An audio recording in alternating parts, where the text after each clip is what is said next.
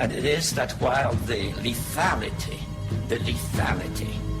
of their power is greater than ever, their capacity to impose control over the politically awakened masses of the world is at a historical low. Namely, in earlier times, it was easier to control 1 million people, literally. It was easier to control 1 million people than physically to kill 1 million people. Today, it is infinitely easier to kill 1 million people than to control 1 million people. The smoke in the air of our Concord bridges and Pearl Harbors is always smelled first by the farmers who come from their simple homes to find the fire and fight.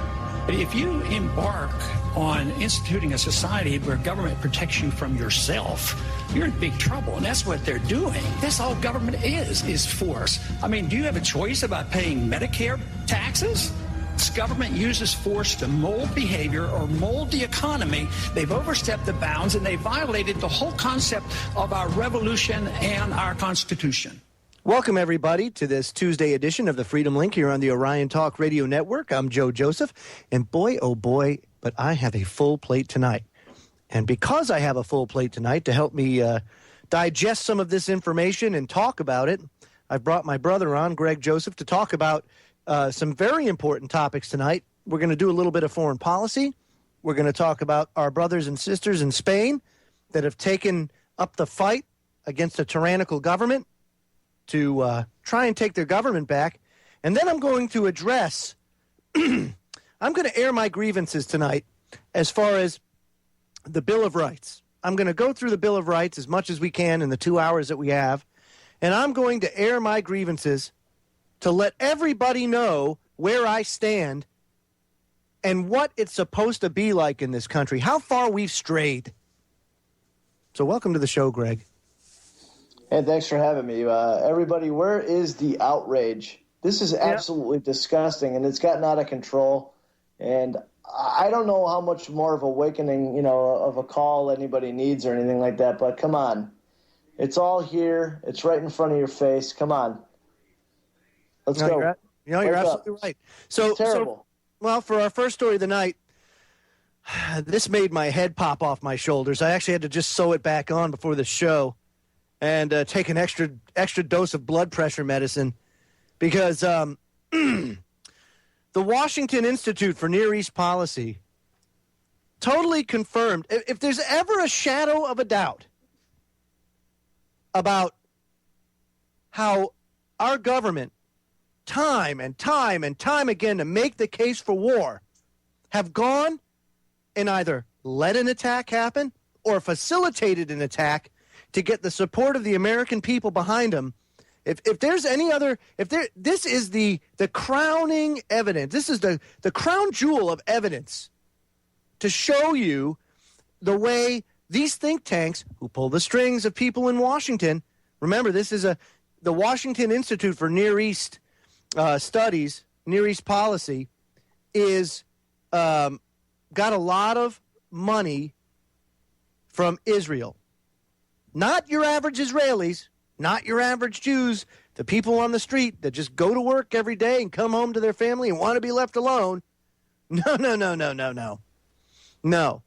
These are the people that are beating the war drums to go to war with Iran. And this gentleman here, I'm going to read you a little write-up that my good friend Kevin Baker, you guys know him as Mr. Glasgow, Truther for You on YouTube, and also TruthTube 451. If you're not subscribed to his channel, please subscribe to his channel because he puts out some great information and great videos. But this is what he wrote up on this, and then I'm going to play the clip of Mr. Patrick Clausen. But he says, last Friday, during question time at the Washington Institute for Near East Policy, a forum luncheon with Mr. Patrick Clausen, who heads the Washington Institute's Iran Security Initiative, went as far as to suggest the U.S. may be best served by carrying out a false flag-style attack so the president can take the U.S. to war with Iran.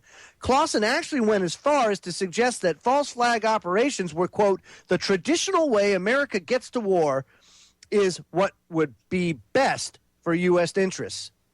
He went on to give us a concise history of past false flag operations, the attack on Pearl Harbor, the sinking of the Lusitania, the Gulf of Tonkin incident, and even the blowing up of the USS Maine, as giving past presidents the excuse needed to go to war.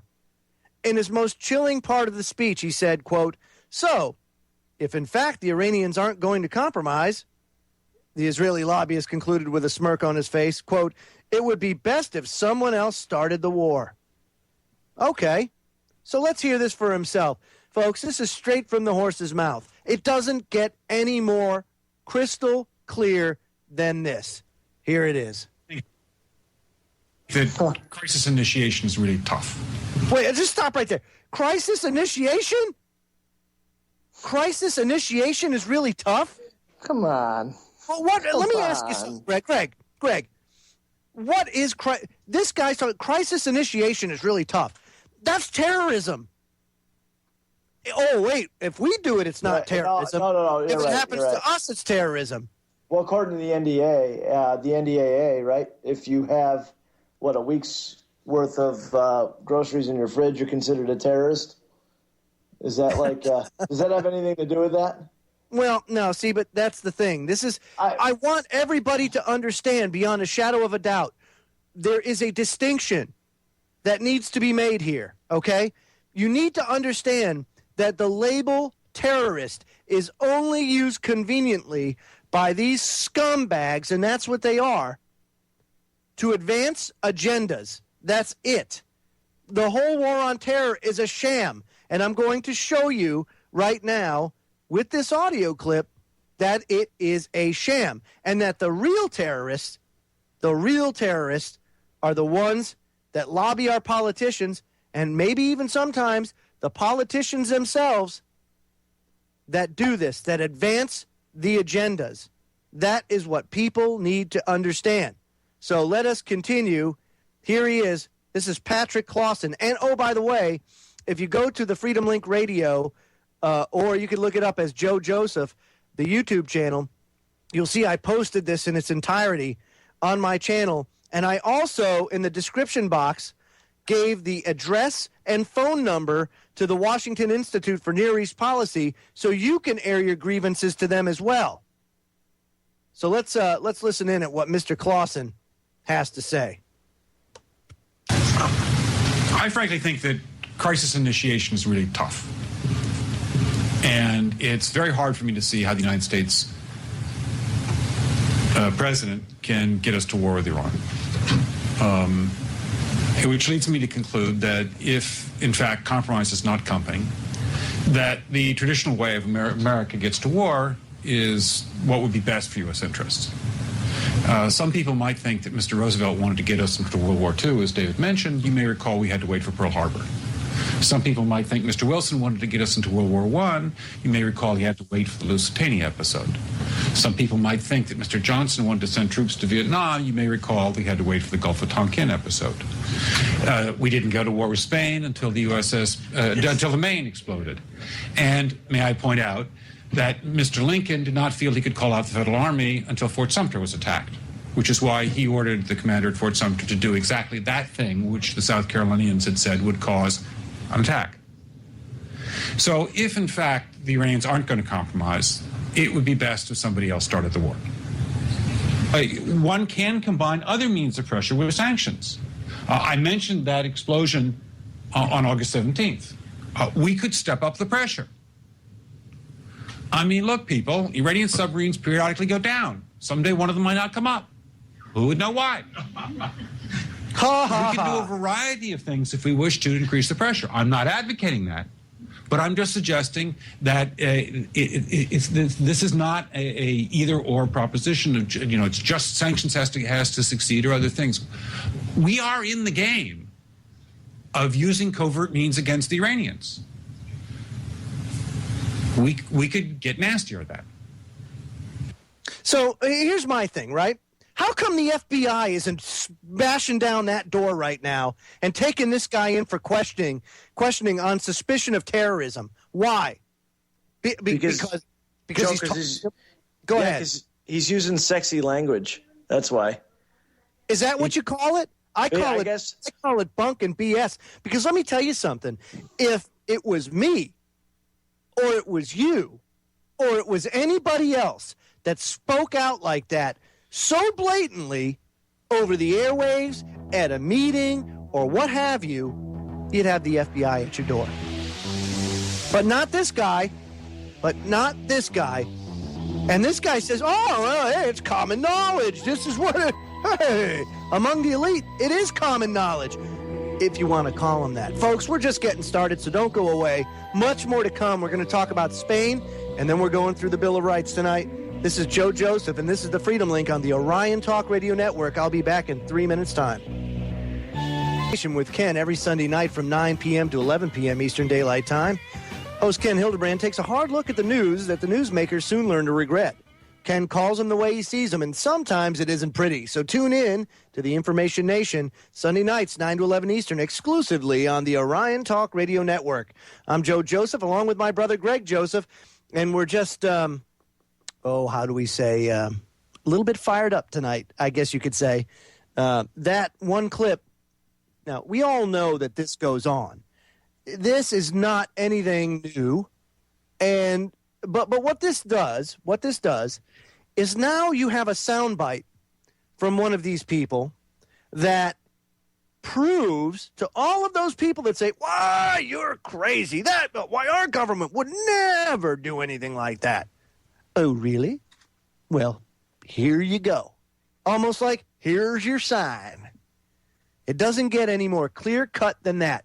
And remember, it's the think tanks that and the lobbyists that pull the strings of the puppets in Washington. It has nothing. These people in Washington don't have a brain for themselves. Hell, they don't even read the bills. It's think tanks like this, Greg, that write the bills that get put into the voting schedule, and then these people just blindly vote for it. CFR? You could say that. One of many. One of many. So, folks, just do me a favor. Matter of fact, let me just do this, because I am. I don't know what else to say. I'm pretty fired up about this, but I want to put out to everybody the address and the phone number of this fine think tank establishment here, because they need to get some phone calls, folks. They seriously need to get some phone calls. So I'm calling it up right now, and the address. And let me just say this: I've got two people that listen to the show, Kenny and Sheeple. Thank you very much for giving me this information. But again, this is the Washington Institute for Near East Policy. They're at 1828 L Street Northwest, Suite 1050, Washington, D.C., 20036. Phone number is 202-452-0650. That's 202-452-0650. And please call them repeatedly. Let them know what you think of them. Just tell them what kind of job they're doing. I mean, really, flood them with phone calls. And remember, guys, we're funding these asshats through our taxes. We're funding them every day. Well, here is one of the things that really make me absolutely just livid. Is there is no more honor in our society. Very seldomly, if ever, do you run across men and women of honor. And you know, it's like Charlie Reese wrote in his article, 545 versus 300 million. It's not the lobbyist's fault that these bills get passed, or that we go to war, or that these false flags are carried out. It's not the think tanks or lobbyists' fault that this happens. It's the politicians' fault. It's the Joint Chiefs of Staff's fault. And all the people that are complicit in this, the decision makers, because they could easily say, no, are you kidding me? We can't do that. Really? But they don't.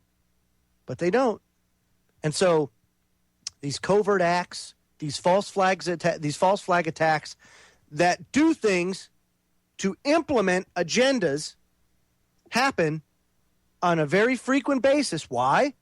because there are no men and women of honor that represent us in Washington, D.C. Just not. The only one is leaving, and that's Ron Paul. The only one. I don't care what you say about anybody else. He was the only one that was consistent in his 30 years. The only one that currently sits in Washington, D.C. right now. So it's a very sad state of affairs, but again, they represent us. They are public servants. No, they're supposed to represent us, Joe. They're supposed to. Well, no, they do. Well, exactly. But shame on us. Okay? Right. It's the illusion that they represent us right now. I mean, come on. Well, right. But it's an illusion. But again, this is well over 100 years in the making. Well over 100 years in the making to get us to this point. And it's not going to happen in a day. Not unless we have some sort of event that would, a catalyst, if you will, that brings about unity between the American people. And there's just so many things that divide the American people, whether it be politics, whether it be religion or race or income bracket. It doesn't matter. There's too many things that divide the American people right now. The American people cannot see the end. They can't see past the end of their nose. And they can't see the end game. You know, I often bring up 9/11 because this is a great way to show just how divided the American people are. 3 buildings, 2 planes. How does buildings fall? 2 identical buildings fall through the path of least resistance twice into their own footprint? That's the only 2 questions you need to ask. That would be greatest resistance, not to correct you. Exactly, right, through the path of most resistance, pardon me. So basically, you have 2 buildings that defy the law of physics right then and there. That's enough to say, stop, we need a new investigation. It doesn't matter what theory you think is right or who you subscribe to on YouTube or support. That's all secondary to the main issue that, yes, there's enough reasonable doubt that says we need a new independent investigation. But people can't see past the end of their nose. And that's the problem in this country. People can't see past the end of their nose. Oh, it's a Republican thing. Why? It's a Democrat thing. That's all secondary. That's all secondary.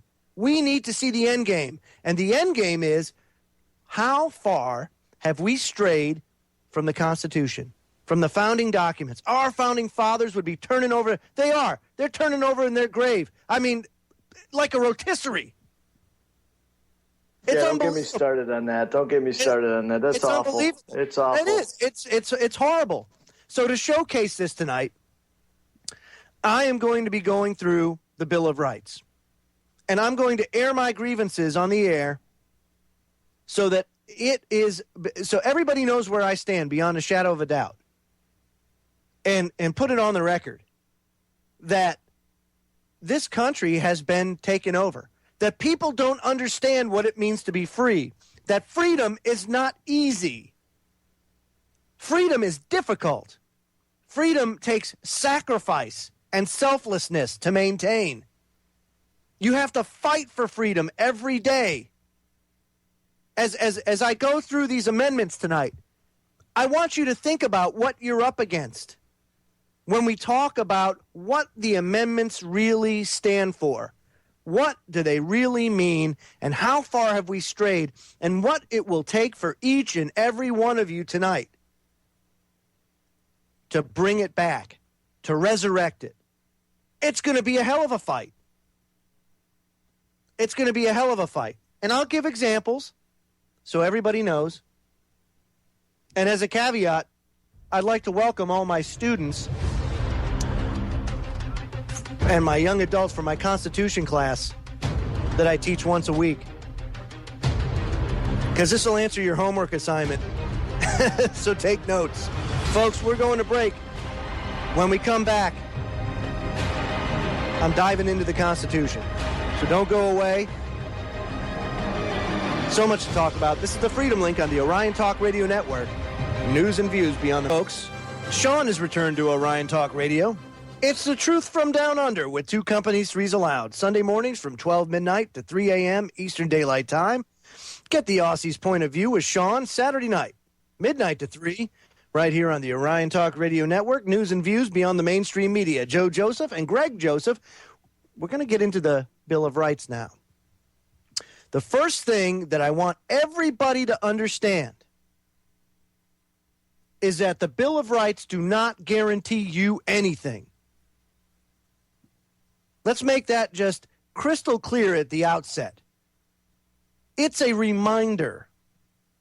That's what it's for. The Constitution doesn't grant you anything. To do so would be a contradiction in terms. Let's take it back a step, shall we? We have rights and privileges. There are 2 different things. My good friend Michael Bednarik speaks of this in his Constitution class. You have to know the difference between rights and privileges to understand how we've strayed so far off the beaten path. So let's explain. A right is something that is, let's just say, based on property. So property. What's property? Your body is your property. Your land is supposed to be your property. But the things that you own, you can do with as you want. It's your property. Therefore, it is yours. Our rights come from our Creator, not from a piece of paper, not from another human being. They are God-given rights. You can be an atheist all you want, I don't care. That's your choice. God gave us all free will. You can choose to like him. You could choose to believe in him. You could choose to forsake him. That's your choice. It's a lovely thing about free will. But you have to understand the difference between rights versus privileges. Rights is you have the ability to do what you want with your property. A privilege is you have to ask because it's not your property. So let's just take those 2 subtle differences and now apply them, okay? If the Constitution grants you something, that would mean that the Constitution is granting you a privilege. It is a reminder of your rights. The Constitution grants nothing. To do so would be a contradiction in terms. It is a reminder in writing that guarantees your rights. So let's get into it. First Amendment. What's the First Amendment, Greg? Freedom of speech.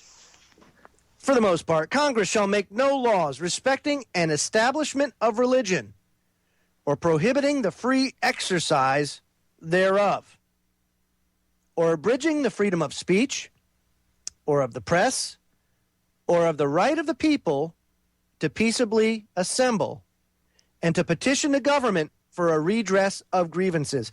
Let me ask you something, Greg. Why was the First Amendment put in place in terms of freedom of speech? That's a good question. Let me see. Ask that question one more time. Why was the freedom of speech put into, why was that so important that they made that the First Amendment? Why? I don't know what your intake on it. Yeah, I give up. Okay. Well, the reason is it's to protect opposition.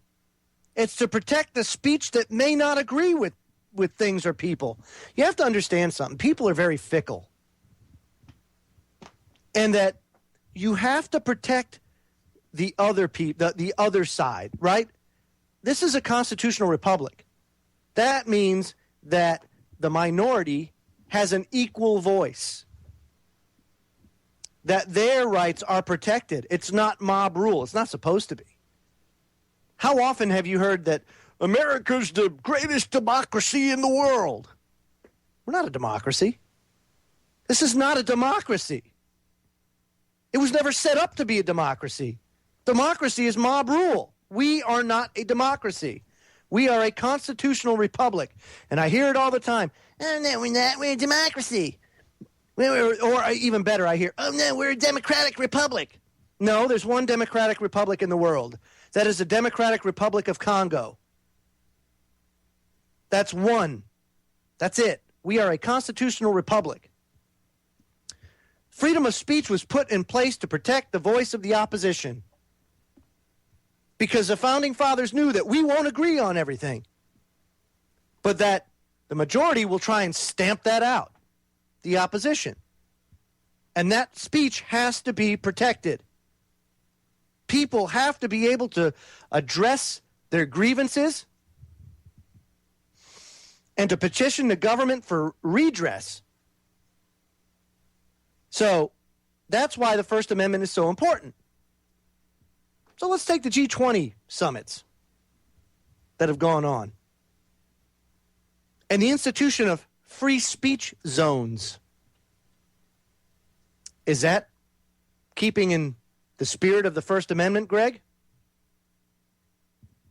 Let me ask you, was that, when you said G20, is that the thing in Mexico? Oh, no, that the economic summits that went on in Pittsburgh. I thought that was Mexico. Washington, you have G8, you got G20. They happen all over the world. Okay, I thought within the United States, but within the United States, they've happened, and of course in other ways too. Let's just take the latest Republican National Convention and the Democratic National Convention.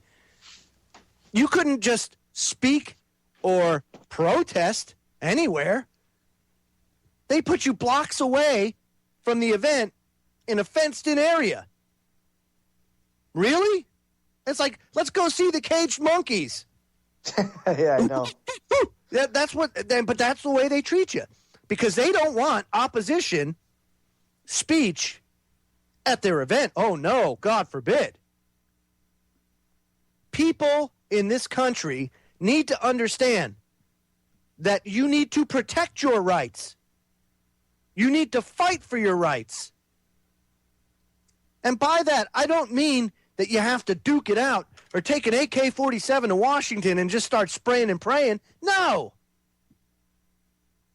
But I'm talking about make a stand. There's going to be times when you're threatened with jail time. Bring it on, baby. You have to be willing to sacrifice everything for your rights. Because if you don't, they're going to take full advantage of you. And unfortunately, people in this country, we live in a culture of convenience and comfort and habit.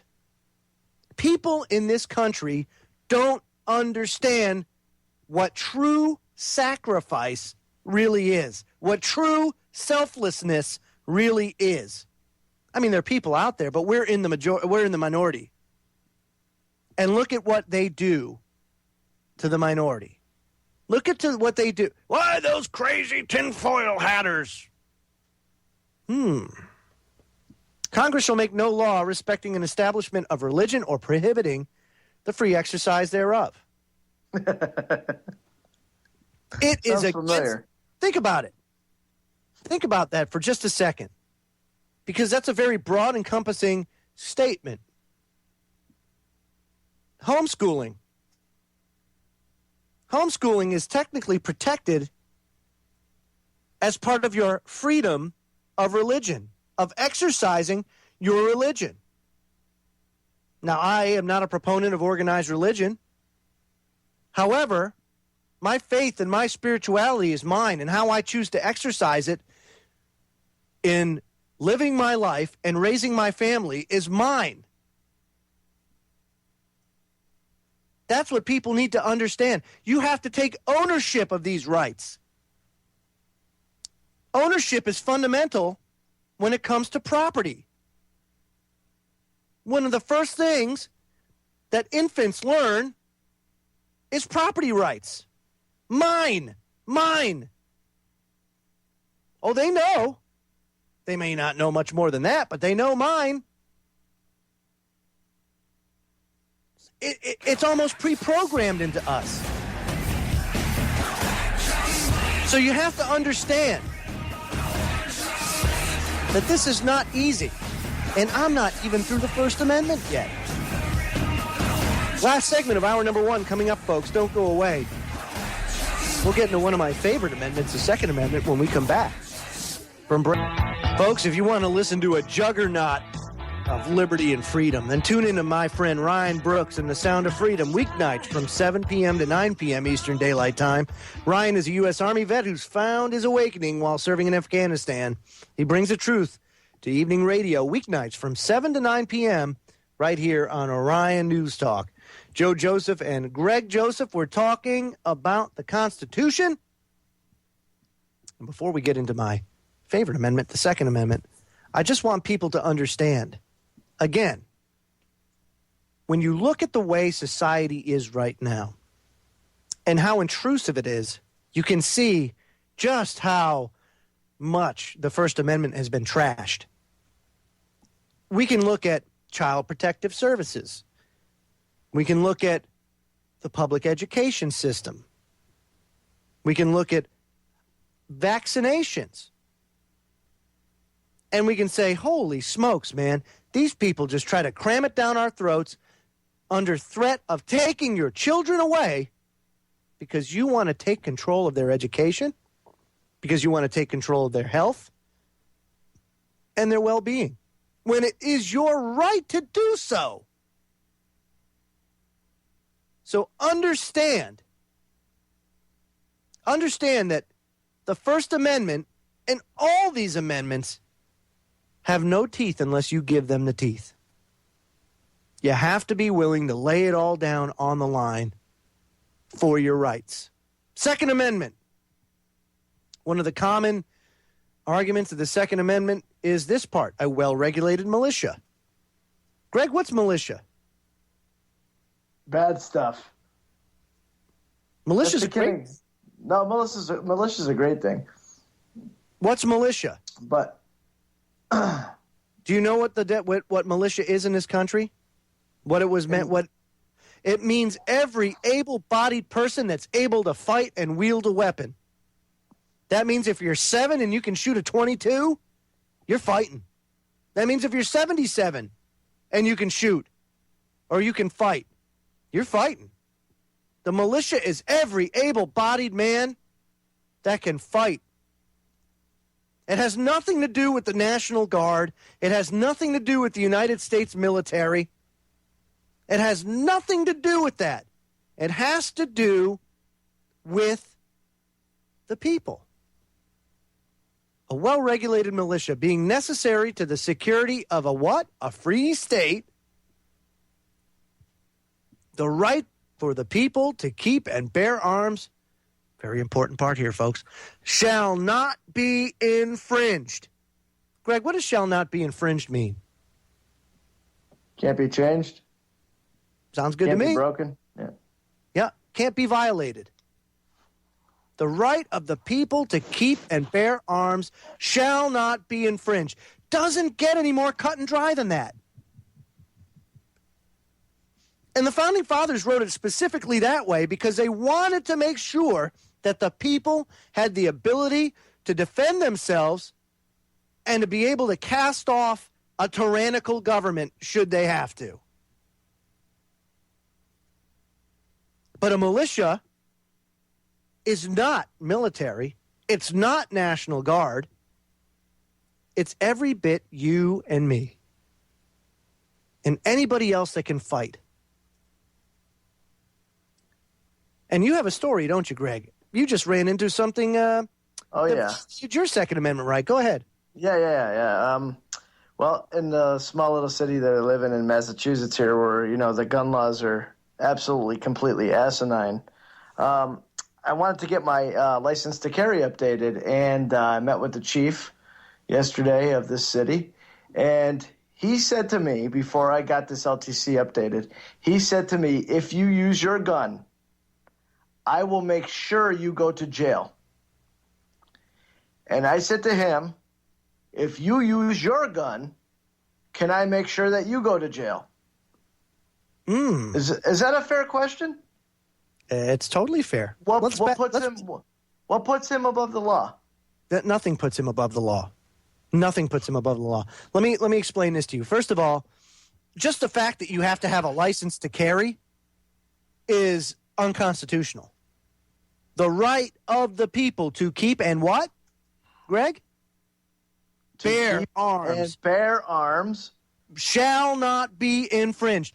The fact that you have to ask permission to do something that's your right is not right. See, that there you go. You have to know the difference.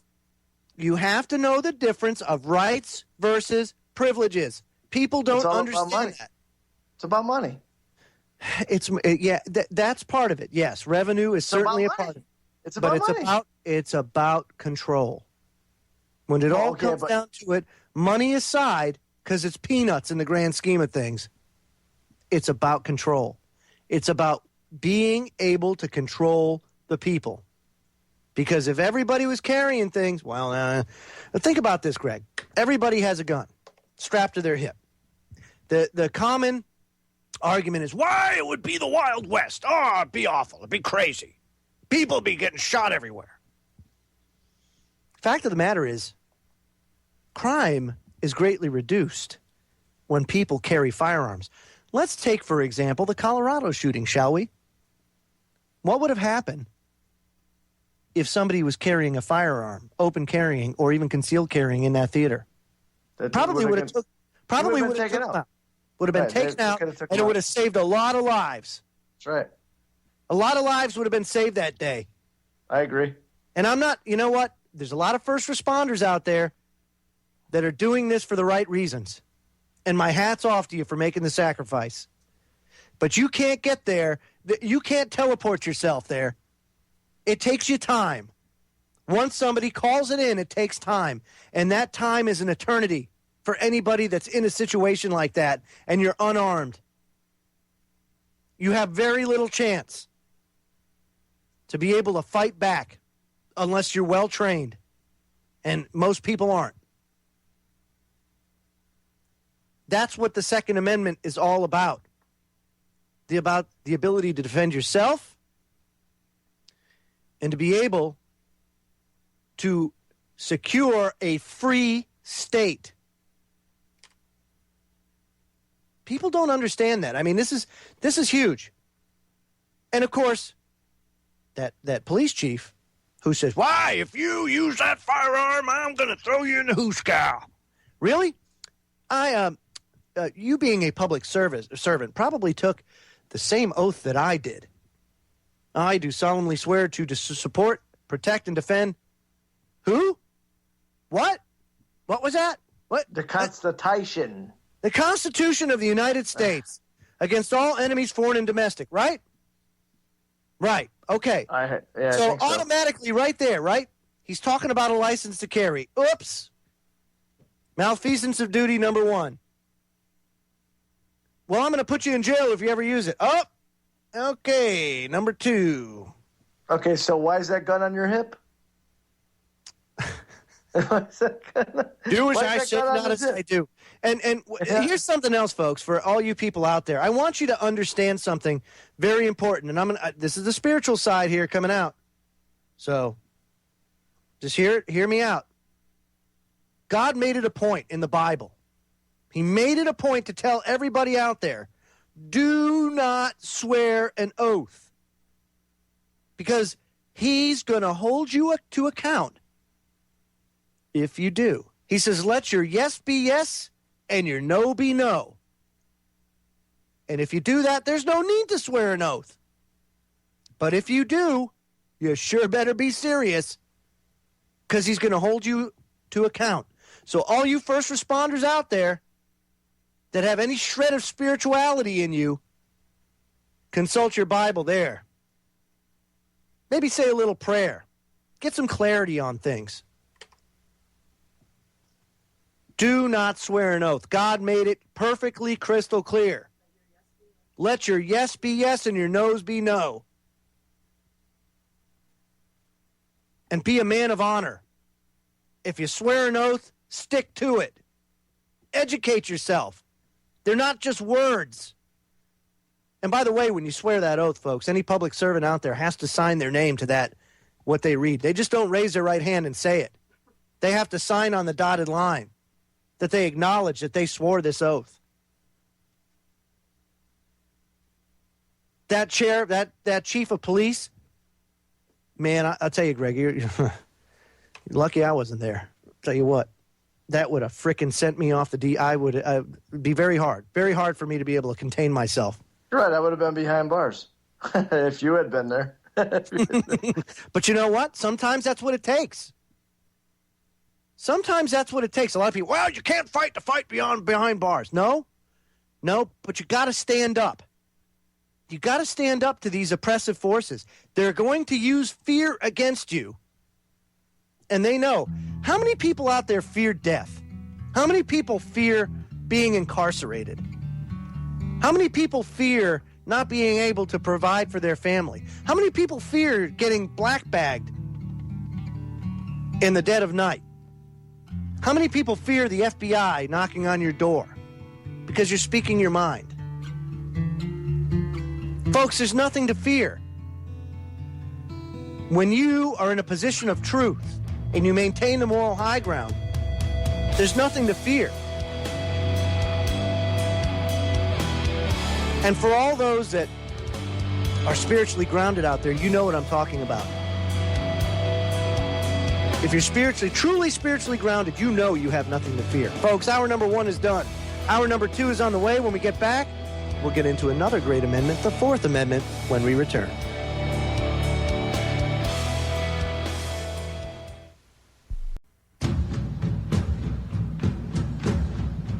And it is that while the lethality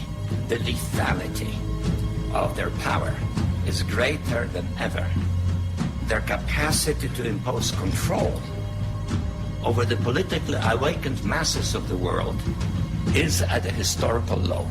Namely, in earlier times, it was easier to control 1 million people. Literally, it was easier to control 1 million people than physically to kill 1 million people.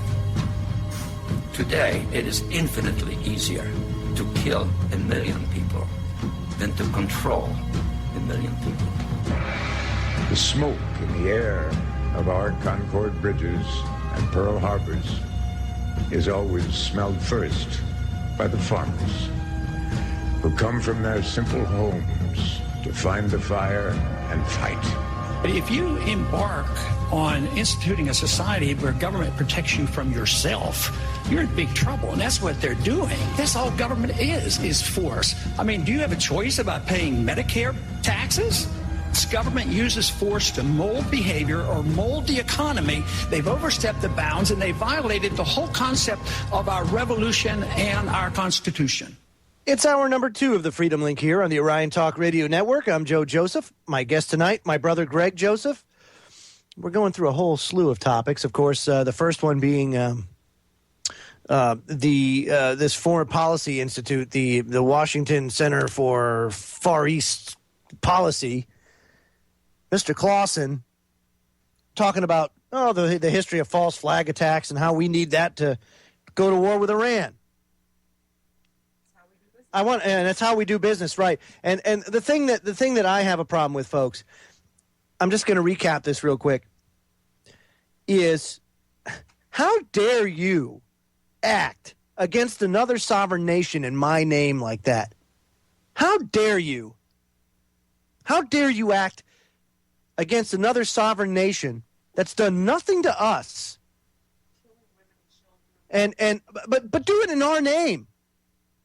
We don't condone this. And the question I have for you, everybody listening out there, is what are you going to do about this to make a difference? What are you going to do about this to make a difference? And it could be anything from making up flyers on the Constitution, or doing things, activism within your community. You know? So look at Spain. Good. You know, before we get into the Fourth Amendment, and I know I skipped the Third Amendment, folks, but we don't have an issue with troops being quartered in our houses and all that kind of stuff. So I'm not really too concerned about that at this time. But I want to play this little clip because the people in Spain get it. Okay? Now, oftentimes, what you'll find in these socialist-style European countries is that a lot of these protests come from union factions, from government workers that have taken a pay cut due to austerity measures. I want you to listen to this clip. This is the Kudlow report on CNBC. When the police clashed with protesters in Madrid, Spain.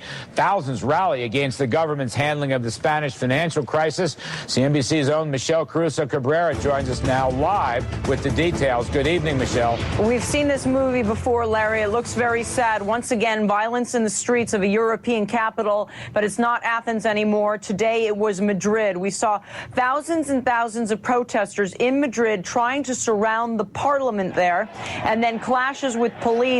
They beat them. They shot them with rubber bullets as well. This went on for several hours late in the afternoon, U.S. time, early into the evening in Madrid. The reason they are out protesting today is on Thursday, there will be a new budget for 2013 announced in Spain. It's going to have a lot more cuts in it when it comes to salaries. Maybe not when it comes to pensions. Instead, what they might do with the retired people's pensions and say you're not going to be indexed to inflation anymore. Plus, there's going to be more taxes. They're going to tax the electric companies more, all kinds of things to try to deal with the deficit problem. And these protesters are very unhappy with the cuts that have already happened. They don't want to see even more of them on Thursday. But Larry, they need to do something, so those cuts are coming. Michelle, who are these people in the streets? Are they government union people? Who are these protesters? That's a very good question. Most protests that you see in Europe are often, most of the time, orchestrated by the unions. This was far more about younger people being out there. So this was not organized by the unions, even though the unions have been extremely active with protests in Madrid as well. But remember, they've got youth unemployment there that is extremely high. So you have a lot of disaffected young people as well. Now, I want people to understand this. It's the young people that are the key to this fight. Okay? Case in point, last broadcast, I had my buddy Dan on the broadcast. He's not even of voting age yet. Okay? And he knows more about the Constitution and more about the way that this country is supposed to be, you know, from both a political environment and just an everyday life environment than most adults. Why? Because his parents, who are my age, actually took his education into their own hands. They said, look, he is our responsibility, and we're going to make sure that he's prepared to be able to do things and know the right way, the way that things are supposed to be.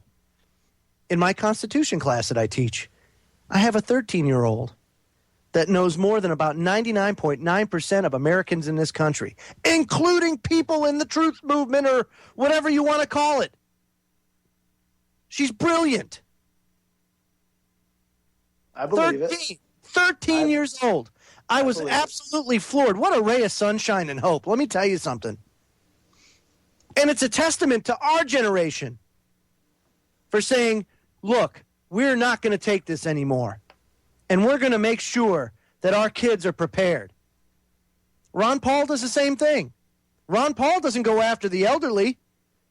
He doesn't go after the middle-aged folks. He goes after the college people. You have to understand, it's the young people, the young adults. They haven't had their opinions formed for them yet.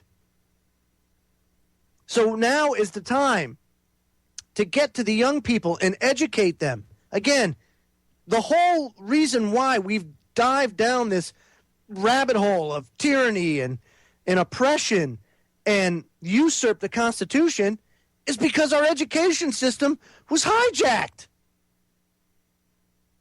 That's what happened. And it's been generations of dumbing down Americans that have gotten us to this place. Generations of easy things, of handouts, of social safety nets, of these ideas that health care is a right. Everybody has been just totally bamboozled. And now we're getting, and now it's a slap in the face. Now people are starting to get a slap in the face because, whoa, boy, wait a minute now. Now this is starting to affect us. Holy crap. Wow. Now I can't drive down the street without going through a checkpoint. You know? Can't fly without getting freaking groped. All you men out there that allow your wives to be groped by another man. Where is your honor? Where's your dignity? Where are you to protect them? I mean, this is unbelievable that we just sit idly by and watch this crime happen in front of our eyes and do nothing. Fourth Amendment. Fourth Amendment is simply this. Search and seizure? Why, yes, Greg. The right of the people to be secure in their persons, houses, papers, and effects against unreasonable searches and seizures shall not be violated, and no warrant shall issue but upon probable cause, supported by oath or affirmation, and particularly describing the place to be searched and the persons or things to be seized. Again, seems pretty cut and dry. And you have to understand something, and I'm going to get into this in the next segment. I've told everybody in prior broadcasts and showed you the differences between equal justice under the law and social justice under the law. They're two very distinct schools of thought. We were formed in this country, and it's on our Supreme Court building, equal justice under the law. But our law has been manipulated and is now social justice under the law. And I'm going to show you how that is when we come back, because nothing highlights this more than the Fourth Amendment and the fight to neuter it. And again, the only way it's neutered is if we let it happen. You don't get your rights taken from you. You give them away. And this is all about personal responsibility in the end. Folks, we'll be right back after these messages. You're listening to the Freedom Link on the Orion Talk Radio Network. News and views on the mainstream. Technology, folks, has really ushered in a police state that we have never seen in this world's history. But, of course, there's good ways to use technology, too. And one of those ways is by downloading the TuneIn app for your smartphone. Just download the free software, then do a search for Orion Talk Radio. Save us as a preset, and then you can listen to Orion anytime, anywhere. Orion Talk Radio on TuneIn, a must-have app for your smartphone. Joe Joseph and Greg Joseph, we're talking about the Fourth Amendment and equal justice under the law and social justice under the law, okay? In this country, we're ruled, as far as the judicial system, by social justice under the law. It's no longer equal justice under the law. That would mean that the law applies equally to everyone. Okay, but what happens is you have these judges who will, let's just say, take personal agendas or whatever and make rulings based on that. They will politicize their judicial seat. And they will bastardize the Constitution for whatever reason, whether it be a political agenda, a social agenda, you name it, but they'll do it. Okay, Second Amendment, and this right shall not be infringed. The right to keep and bear arms. Yet how many times have laws been put in place, Greg, you know all too well, that usurp the Second Amendment and that have been upheld by courts? Why? Because some undesirable judge, starting way back in the early 1800s, decided to restrict the right to keep and bear arms. We can look back to gun licenses as being right after the Civil War, to be able to keep the guns out of the hands of blacks for fear that they might seek retribution from their tyrannical slave owners. Marriage licenses They didn't want interracial marriage. So let's put a marriage license in place to deter it, because it was actually becoming a problem in the mid-1800s. Are you kidding me? That's the whole reason why they were put in place, my friend, to deter interracial marriage. I thought it was profit. No. Again, you're talking peanuts. You're talking peanuts when it comes to that. It's about control. That's what it's about. And the same thing goes for legislating from the bench. And they use this term called judicial precedent, which I call, I don't call our judges and justices these days. I call them lemmings. You know what a lemming is, Greg? I think I do. But wait a minute. So you're saying if I put on a robe, a black robe, and I have a gavel, and I have the law in front of me, does that make me a judge? No, you have to be sworn in as a judge. And in some cases you're elected, in other cases you're appointed, but what gives these people the power to make these laws? The people give them the power. And the problem that you have is these judges are legislating from the bench and are using what's called judicial precedent. That means that, and folks, lemmings, anybody that don't know what lemmings are, they're the ones that if one falls off a cliff, they all follow.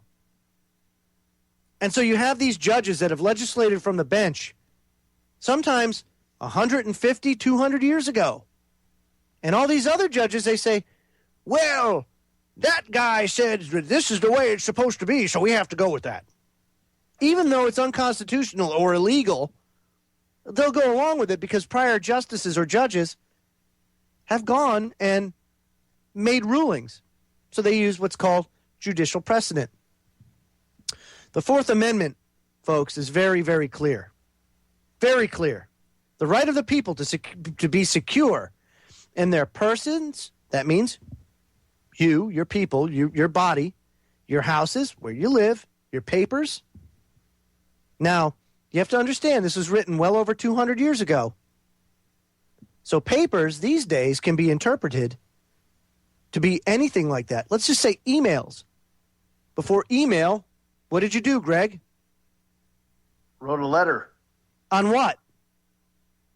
Typewriter. On paper. A paper? Or right? Okay, your papers. It could be business, it could be mail, it could be whatever. Email, same thing. The FISA court. Clear violation of the Fourth Amendment. The Patriot Act. Clear violation of the Fourth Amendment. The Transportation Security Agency. Need I say more? And the Fourth Amendment protects us against unreasonable searches and seizures. Checkpoints. Even if it's for good. Remember what Ben Franklin said. Ben Franklin said, those that sacrifice liberty and freedom for peace and safety deserve neither peace or safety. Remember that. Keep that in the back of your head at all times. The next time you pull up to a checkpoint where they're checking to make sure you're not drunk. We want to take the drunk drivers off the road. It's illegal. You can't do that unless, let's see what the Fourth Amendment says here. Upon probable cause. And oh, by the way, they need a warrant. Supported by oath or affirmation, and particularly describing the places to be searched and the persons or things to be seized. Even if it's for the best intentions, you cannot violate the law. But of course, what do you say to somebody when you pull up to one of those things? Well, the first thing you do is you turn your camera on. Okay, so turn your camera on and say, get a fucking warrant? No. And thank you for the F-bomb, by the way. I'm sorry. No, I'm sorry. Get a damn warrant? Get a damn... Yes, F-bomb brought to you by Greg Joseph. Thank you very much. No, this is what you do. Is you say, look, this is a clear violation of my Fourth Amendment right. The first thing that you say is, am I being detained? am I being detained? Why am I being detained? Am I free to go? They have to have a clear reason to stop you. And of course, will you get terrorized? There it is. You know, are you the one committing terrorist acts? No. They're the ones that are trying to strike fear in you. Why, if you don't cooperate, I'm going to throw you in jail. Step out of the car, sir. Step out of the car. I'm going to pat you down. I'm going to violate you. Careful, I'm ticklish. But do you understand? They use the terror. You're not a terrorist. Just because you can food doesn't make you a terrorist. Getting pulled out of your car and being searched unreasonably and illegally, that's terror. I want people to understand that. They do not have a right. Understand that we, the people, grant the government privileges. We, the people, grant the government privileges. They don't grant us privileges. They work for us. They work for us. This country was great because it was the first country in the history of the world where each person was their own sovereign. You didn't have a king to answer to. You're not a subject. I thought we worked for them. Yeah, nice try. Folks, when we come back, it's Fifth Amendment time, so don't go away. I mean, I can't speak enough, and I could go on for weeks about how how our rights are violated and trashed, but it's only because we let that happen. We'll be right back after the news, folks. Don't go away. This is the Freedom Link on Orion Talk Radio Network. We'll be right back.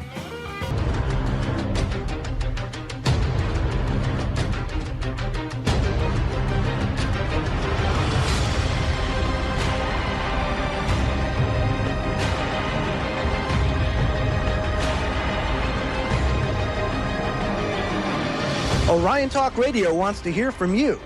Give us a call with your comments and suggestions on our brand new Orion Talk Radio Newsline. That's 888-272-4434. Tell us what you think, and we might play your comments on the air. At Orion, we care about what you think, so call us with your comments on how we're doing and what we can do better to serve you, our loyal Orion listeners. That number again, 888-272-4434. Joe Joseph and Greg Joseph here.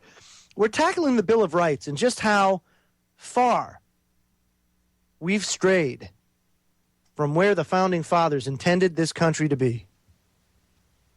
Remember, you have to make the distinction of rights versus privileges. You have to understand what a privilege and a right is, and you have to educate yourself on what your rights are to properly defend them. You can't defend them if you don't know them. That's the first thing. Can I ask you a question? Surely. Is it a privilege to drive? It is a right to travel freely and to be secure in your persons, papers, houses, and effects. You know? And here's the thing. Again, peace and safety. That's what they say. They say, well, we need people to get a license to promote safety. And that's all well and good. But when you do that, you have to understand a free society is based upon a simple concept. The simple concept of personal responsibility.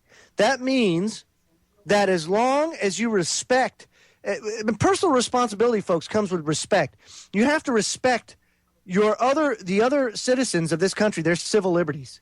You understand? So if you're driving a motor vehicle down the road and you crash into somebody, it's your responsibility, if you're at fault, to pay restitution to the person that you injured or damaged their property.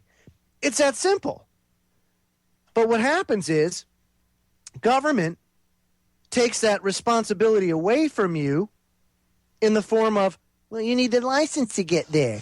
You need this, you need that. We got to follow this rule and that rule. No, you just need to be responsible for yourself and respect the rights of others.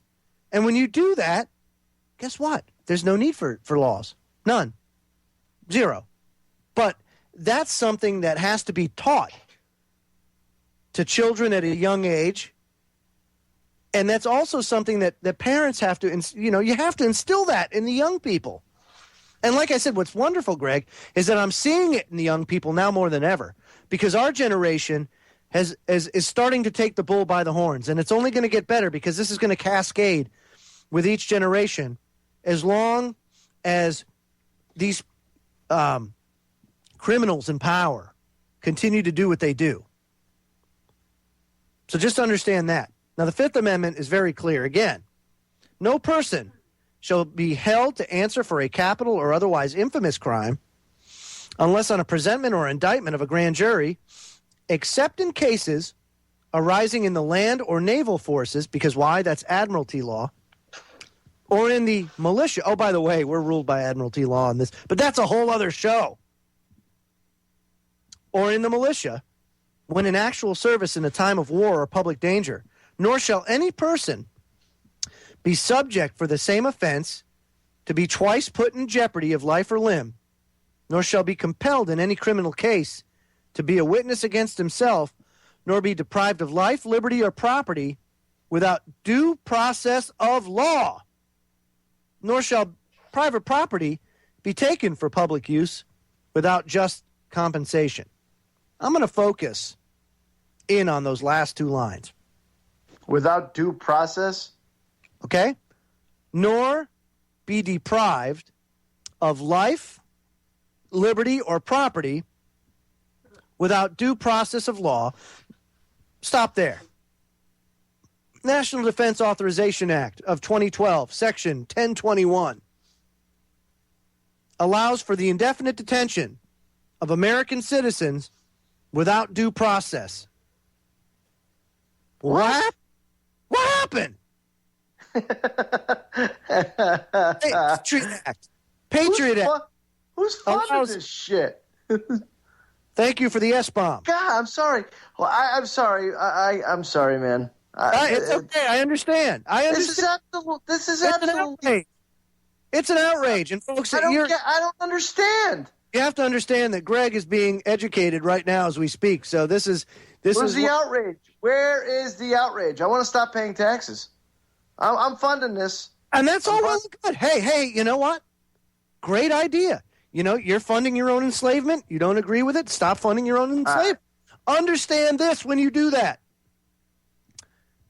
And I'm going to liken this to the mafia. What happens when you don't pay them their tribute?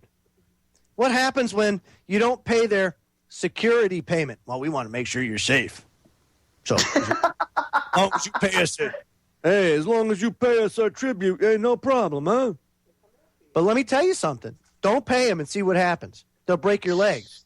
You'll end up wearing concrete shoes. Yep. Down at the bottom of the river. I'm just telling you right now, when you do that, and it's your right, just understand that there's blowback. And you have to be ready. You have to be ready for that situation because it will come. It takes courage. A sheriff in Arizona just ended up dead. He stood up against the administration and their immigration policy. He was enforcing his own state laws, and all of a sudden, he ends up dead in a freak one-car accident. Jesus. That's what I'm saying. You have to understand your rights and understand that freedom comes at a cost. You can't it's not just like, oh, let's all sing Kumbaya together, everybody. It doesn't happen that way. You have to fight for your rights. And to fight for your rights, you have to educate yourself. Okay, so it says, and by the way, the Patriot Act takes us all the way too, but we can get into that, we could spend a whole show on the Patriot Act.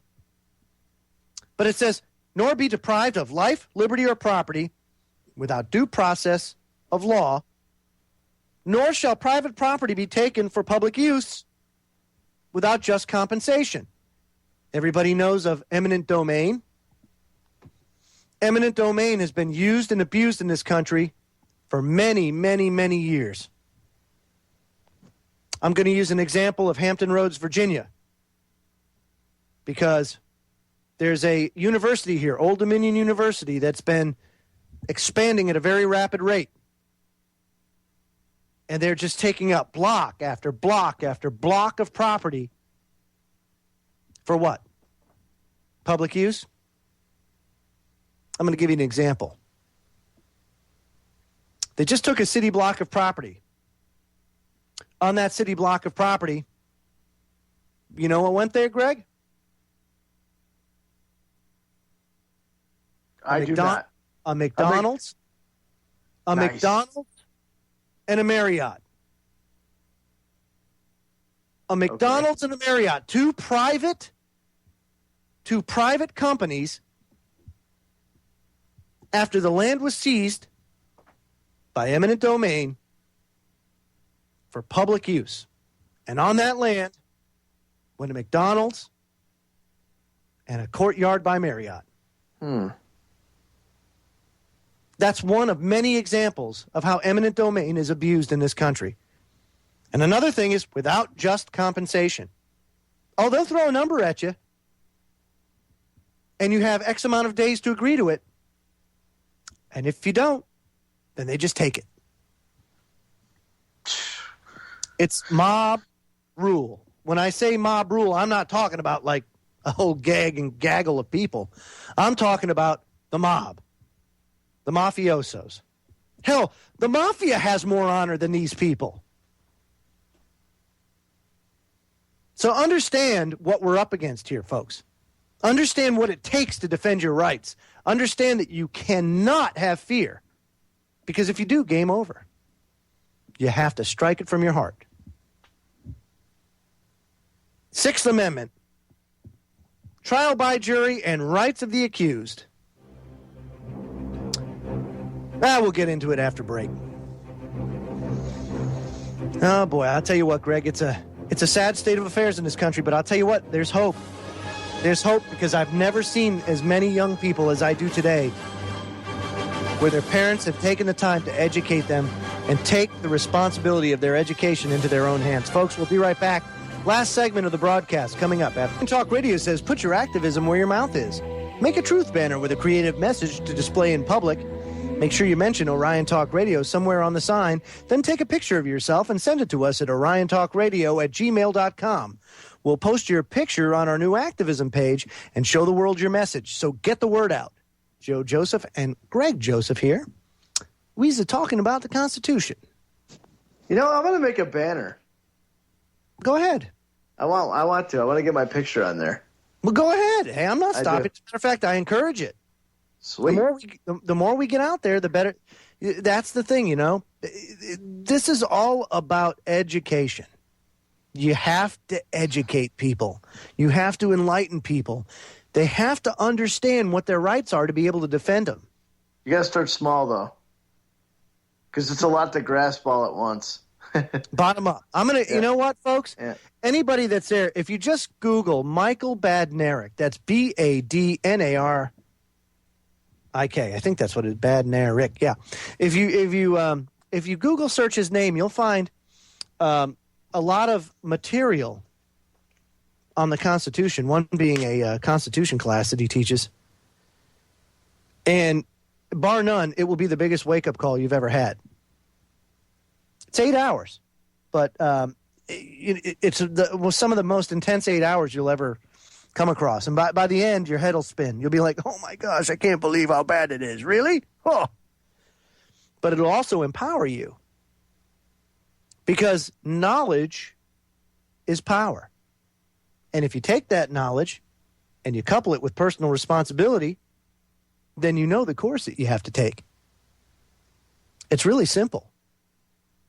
I mean, when you boil everything down to basics, as Greg likes to say, the solution is very, very simple indeed. So understand that as we go forward here.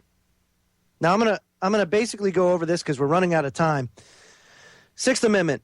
In all criminal prosecutions, the accused shall enjoy the right to a speedy and public trial by an impartial jury of the state and district wherein the crime shall have been committed, which district shall have been previously ascertained by law, and to be informed of the nature and causes of the accusation, to be confronted with the witnesses against him, to have compulsory process for obtaining witnesses in his favor, and to have the assistance of counsel for his defense.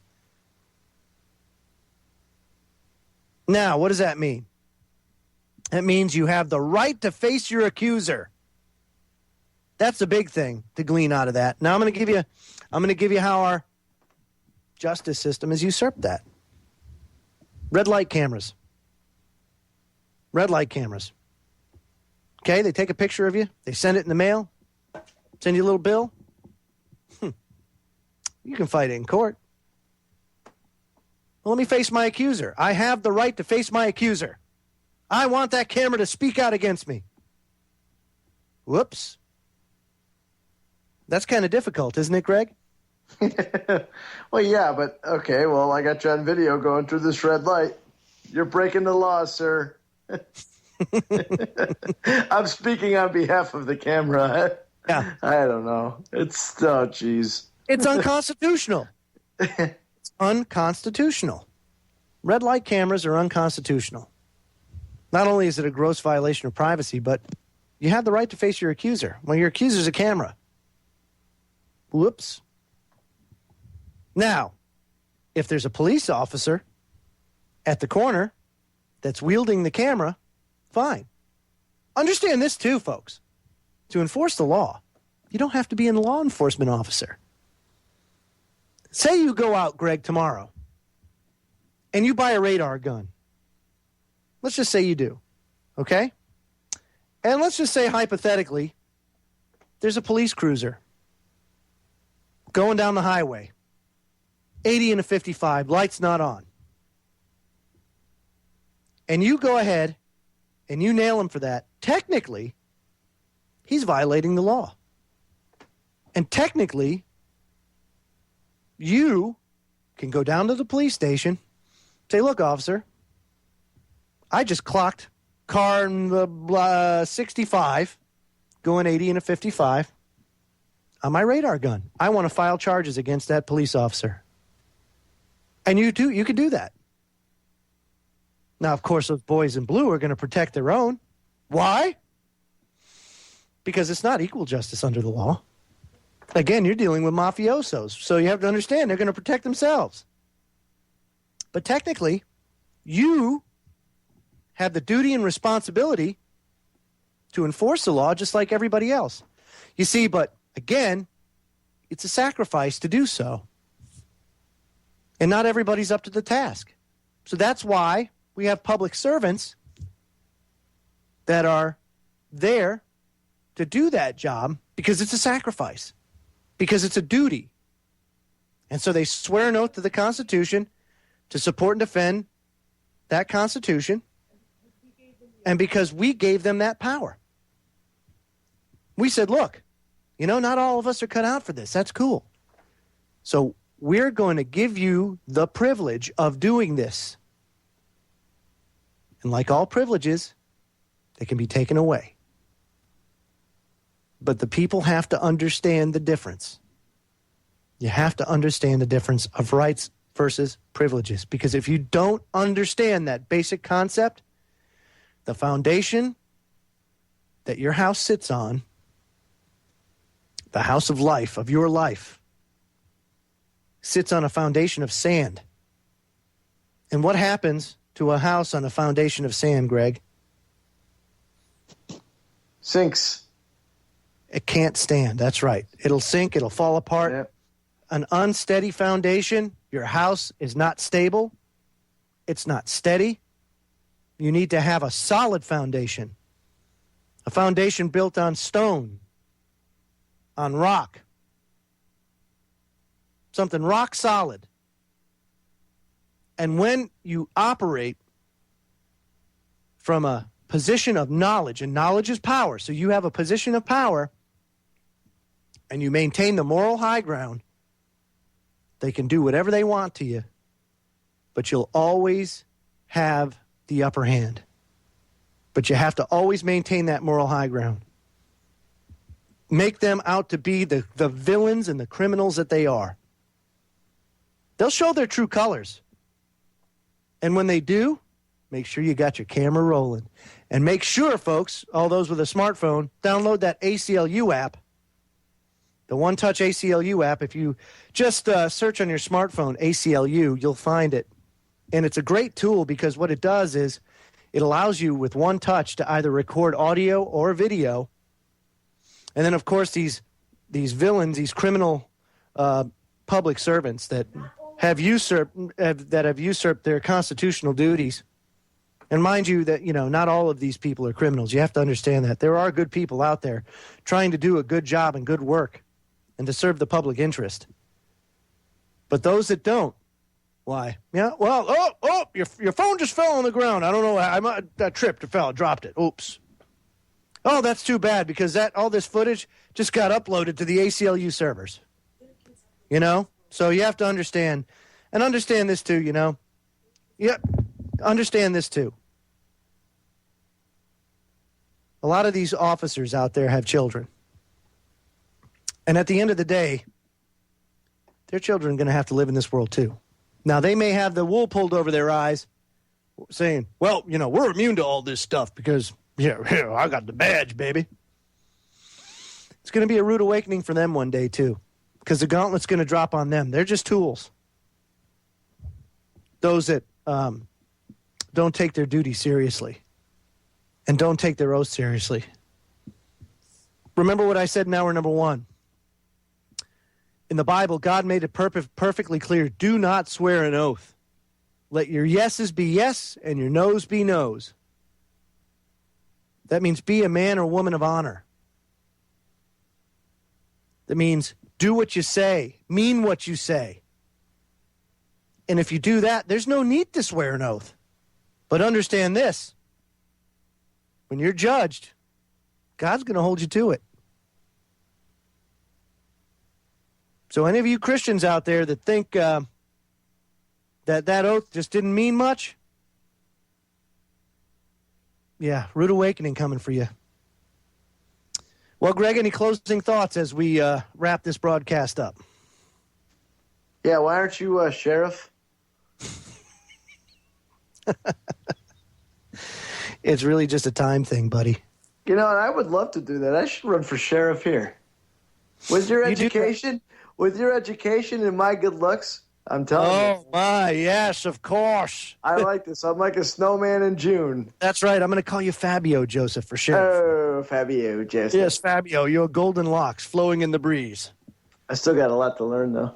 But I like it. You know why? Because I could always maintain that moral high ground, uphold the Constitution, and remember my oath. That's really all it takes, folks. That's it. Educate. Enlighten. Knowledge is power. Embrace personal responsibility. The power's yours. And remember, there's no need to fear. Don't, and never stop learning. It's always a continual learning process. You're never too smart. And be humble. Okay? That's really all it takes. That's a broadcast for tonight, folks. Don't forget to tune in to the next broadcast Thursday evening, 10 p.m. Eastern Daylight Time. It's been an honor and a privilege to talk to everybody tonight for these 2 hours. So until Thursday, good night and God bless.